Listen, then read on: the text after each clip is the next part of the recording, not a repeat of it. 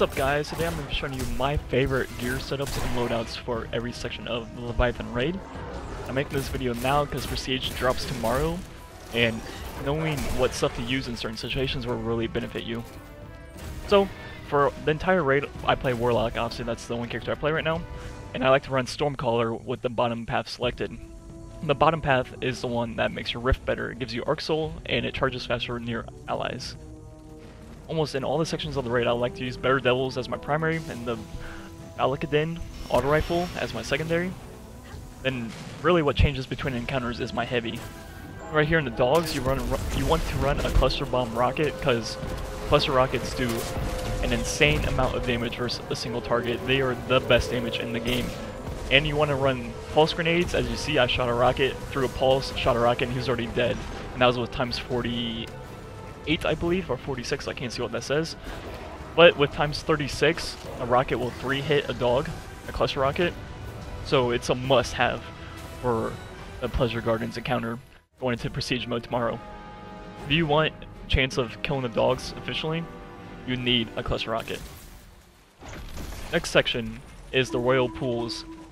And on this clip right here, I was playing on my friend's account, so I was on a Titan, but normally I'd still be on Stormcaller because rifts, a healing rift is really good here. And I still use Better Devils and AR as my two primary kinetic weapons, but now I use Merciless because it tears through the bathers, and also it's extremely good for destroying the main crystals in the middle room when you get to the damage phase. As you see, with a grenade, it can take 3 shots of Merciless to kill the bather, sometimes 4 if you miss a few bursts of it. But it is by far the most reliable way to kill the bather before he kills you, which is the goal in this section, is to not die to the bather. And as you see, the here in a second when we get to the damage phase, the Merciless, fusion rifles in general are really good at doing the damage to the crystals, the whatever you want to call those things, the containers in the main room. And that's because fusion rifles have the highest damage in the game per ammo count. Not necessarily the highest damage per second, but the highest damage per ammo, which in the long run is good for an encounter like this where you need as much damage as you possibly can. Also, another thing about this section is supers are really good. Obviously Stormcaller, if you're running Stormcaller, your probably duty is going to be to clear adds in the middle room during the damage phase. And if you're a Titan, you want to use Sunbreaker like I am on right now, and you want to use the top path and throw the hammers at the containers because they do massive damage. You can almost solo 3 containers with just 1 hammer usage. It's extremely good.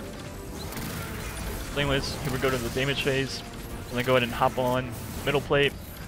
This is starting a 4-man, so everything was kind of a cluster, and I haven't done Royal Pools in so long that I didn't know that those things had to physically open. I literally haven't done pools since like the first week of the raid, so don't do what I did. Wait until they open. But as you can see, now that they're open, those things are literally getting melted by fusion rifles. So, obviously I'd highly recommend Merciless, or a fusion in general for this section, but Merciless is also really good at killing the bathers, which is why I use that. Then, like I said, I was on my friend's account, so I didn't have the Valakadyn, but I've just put on a different AR, because ARs in general are really good weapons against all the quote-unquote bosses in this raid. And the higher the fire rate, the better. Alright, so while this is going in the background, I didn't put a gauntlet in this video to keep the length short. But on Gauntlet, really there is no like exact thing you need to run. You just want to run whatever you're comfortable with. I recommend a hand cannon and a scout rifle, then like some type of rocket launcher, preferably the Wardcliff Coil, because the coil will get rid of those majors that spawn in between every phases very easily, and Better Devils will take care of the rest. And you can use a scout rifle on the arrows. But anyways, now that we're at Calus, I love to run Better Devils, the Valakadyn, and the Wardcliff Coil, and I run Better Devils to shoot all the small adds. Then I run the AR to shoot at calus during the damage phase. Then I run the coil because I'm in throne room, and my job is to clear out all the adds. And the coil can one-shot the majors from full health, and it also can take care of a group of ads very efficiently. One thing about the calus fight, which I don't think a lot of people do necessarily, is if you're splitting the team in half, 3 and 3, or even 4 and 2, well, let's just go 3 and 3 because that's the normal. The people in the throne room, you want 2 of them to be focused completely on killing ads the entire time. Then you want 1 to worry about the scions. This is the best way to keep the ads in check and not let you get overran by stuff. So as you can see, this was during a three-man run. My friend was killing the scion every time while I was just 100% focusing on ads with my coil, taking them out. Another thing about this room, on Warlock, I run Stormcaller because the Rift is extremely good for calus damage with the Arc Souls, with everyone on your fire team getting the Arc Soul. But there is reasons to run Devour Voidwalker in this room. If you're not comfortable with the ad clear, you could definitely run Devour and basically have the same effect. You'll lose a little bit of damage on the boss, but that's not that big a deal because you could have a Stormcaller or Warlock in the Dimension place a Rift for calus. But Devour is also extremely good in this room because if you're doing the role where you're killing stuff, you're gonna be getting kills almost every second, every 2 seconds, and every time you get a kill, it's on proc your health. So it just allows you to play more aggressive. It's not necessary, but if you're not comfortable with being in the middle of everything and or like playing like a crazy person like I am, you should run Devour. As you saw right there, I died on Stormcaller. If I was running Devour Voidwalker, I'd probably been alive in that situation because I would have had full health on that last major kill. Either way, both have merits. It's whatever you think is best. Like I said, if you're running multiple Stormcallers already, then you can probably run Devour Warlock. And as you see right here, I'm using the AR to take down his shield. Like I said, ARs are one of the best boss damage weapons in Leviathan Raid entirely. They're very effective.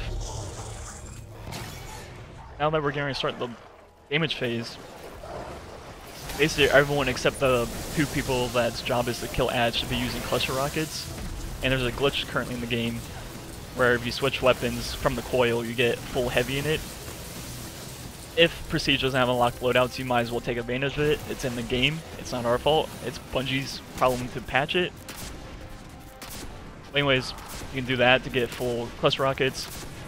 Then, when you're actually on the play, you also want to pop your Rift, give everyone Arc Soul. Now, I'm going to show you what you should be doing in the Dimension if that's your job in the Dimension. This was taken from a 3-man, I believe. Anyways, he's cheesing, but past that, this is mostly just for the skulls, what you should be doing to the skulls. He's playing Warlock right here, so this is the point of view of a Warlock. If you're in the Dimension, you want to use preferably Nameless Midnight as your primary, Cold Heart, and Cluster Rockets. If you don't have Cold Heart, run an AR, like the Valakadyn, for example. But you want to shoot all of your ammo in your Cold Heart, then you want to place your Rift and have Lunafaction boots if you have them, which will make it auto-reload your gun for you. Then when you place down your Rift, you get Arc Soul, which also shoots at the skulls. So if you're playing Warlock inside, this is what you should be doing. Then here in a second, I'll show you a point of view of a Titan to show what a Titan does if they're in the room. Now, if you're a Titan, I'll show the entire, this is from a regular speedrun where they were doing 4 and 2, 4 people in Dimension, 2 people in Throne Room. So I'll show you what you need to be doing. Access. So you want to run Nameless Midnight to kill the Scions, as you'll see here in a second. Got it. They destroy the Scions right off spawn. The first wave, there's only 2 Scions in the bubbles that you have to kill. The next phase, there will also be regular Scions also, and every Scion is important to kill. There's no specific order of them needing to die. If anything, the regular Scions need to die first because they're the ones that pose a serious threat to knocking you off. But the Midnight, Nameless Midnight, is extremely good weapon in here because it frees up your energy slot for a better weapon for skulls. Also primary. Access. Dog. Another Sun. Another tip, if Yeah, you're got doing, it. if your job is a dimension, you want to look. But Scooch. You want to look at his head for the symbol before everything spawns in. That way, you already know in your head what it is. Then once your turn to call it, you call it. You don't have to relook at his head for the symbol. As you see, they're killing all the regular scions first, because those are the ones that really pose a threat. Then they kill the ones in the bubbles. So, if you're a Titan, you want to place down your rally barricade first. That way you can just crouch and auto reload for your entire team. Pretty sure this is all standard stuff, but just in case of people don't realize this. So, in a fire team, you want the Titan to put down the rally barricade first, so you guys can auto reload. Then, about 5 to 10 seconds in, you want the Warlock to place the Arc Soul Rift. And that's the best rotation to get the most skulls. Then, after everything runs out, you can use a primary, your Nameless Midnight or whatever, or you can reload, it's up to you. Anyways, thanks for watching, and tomorrow Prestige Mode drops, so look out for a bunch of videos starting tomorrow. And yeah, good luck.